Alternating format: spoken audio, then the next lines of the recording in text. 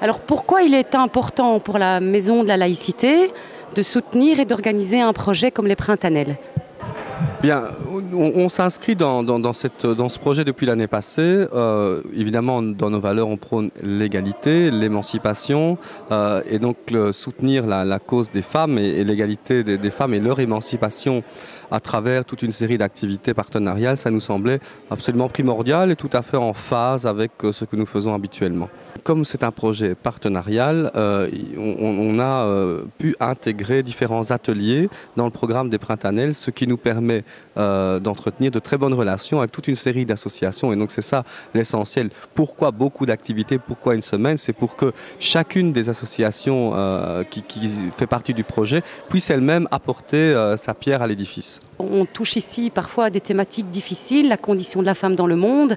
Et finalement, les Printannelles ont voulu donner un côté positif, humoristique. Pourquoi pensez-vous que c'est important ? C'est important parce que si on veut que le message soit plus largement entendu, il faut déployer des trésors d'imagination pour faire passer notre message. Et donc le biais de l'humour, le biais artistique, le biais des ateliers, ça permet un peu de dédramatiser aussi. Les Printannelles, ça dure une semaine, donc c'est une semaine où on peut vraiment y aller et lutter pour les droits de la femme. Nous, en ce qui nous concerne, on voulait faire une lutte humoristique, reprendre un vieux symbole et plus jouer dans l'humour que dans le dramatique, oui, c'est ça. Mais en 68, c'était l'élection de Miss America.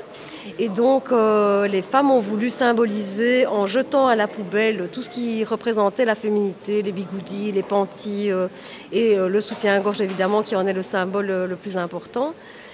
Pour montrer justement, nous ne sommes pas des objets, nous ne sommes pas juste faites pour être dans la cuisine, préparer des petits plats, nettoyer la maison, enlever les chaussures du mari quand il rentre du travail et évidemment s'occuper des enfants. Donc c'était surtout ça qu'on voulait montrer.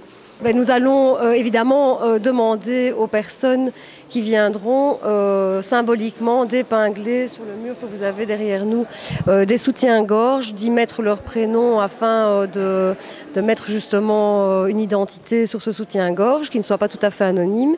Que ce soit un homme ou une femme d'ailleurs, il est le bienvenu pour le faire.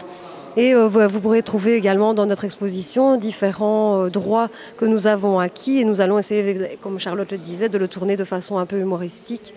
On voulait à un certain moment rappeler ce qu'avait été le statut de la femme jusque dans les années 60 et rappeler qu'il y avait eu un combat et c'est ce combat que l'on veut symboliser aujourd'hui avec une touche d'humour parce qu'on voulait que l'humour soit présent parce qu'il reste des sujets très graves.